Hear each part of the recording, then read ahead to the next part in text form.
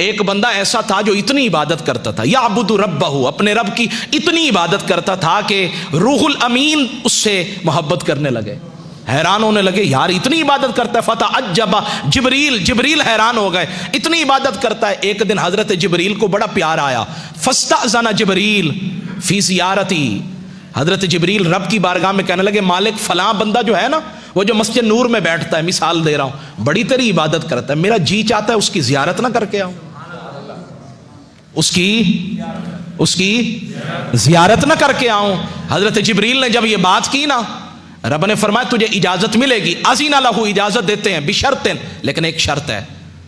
क्या शर्त है? का अन यंजुरा फिल लोहिल महफूज, लोहे महफूज में उसका असल, उसकी जो किस्मत है ना, तकदीर है, जरा वो देख लो। जब हजरत जिब्रील ने लोहे महफूज में देखा ना, तो कहते वहां तो उसको शकी लिख दिया था, बदबख्त लिखा हुआ था। हैरान हो गए, जमीन पे उतरे, उस बंदे की तरफ गए, सलाम दुआ के बाद उसे बताया मैं जिब्रील हूं। वो फिर भी उसकी इबादत में लगा रहा। कुछ होते हैं जो हजरत खिजर के पीछे भागते हैं, और कुछ वो होते हैं, हजरत खिजर भी आ जाए ना, मैं बेअदबी नहीं कर रहा, वो कहते हैं जी खिजर आना तेरा आना मुबारक, लेकिन जिसकी इबादत मैं कर रहा हूं ना, मुझे किसी के लिए तवज्जो देने की जरूरत नहीं है। तो फरमाते बात खत्म हो गई। फरमाते हजरत जिब्रील ने कहा तुझे अल्लाह ने बदबख्त लिखा है।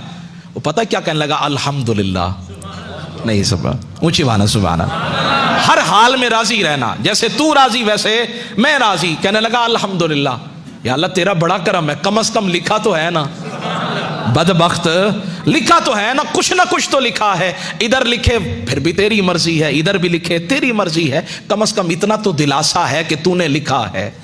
हजरत जिब्रील कहने लगे शायद के फजन्ना जिब्रील हो अन्नहु लम यस्मा कलामहु, वो कहने लगे शायद इसने मेरी बात को सुना नहीं है।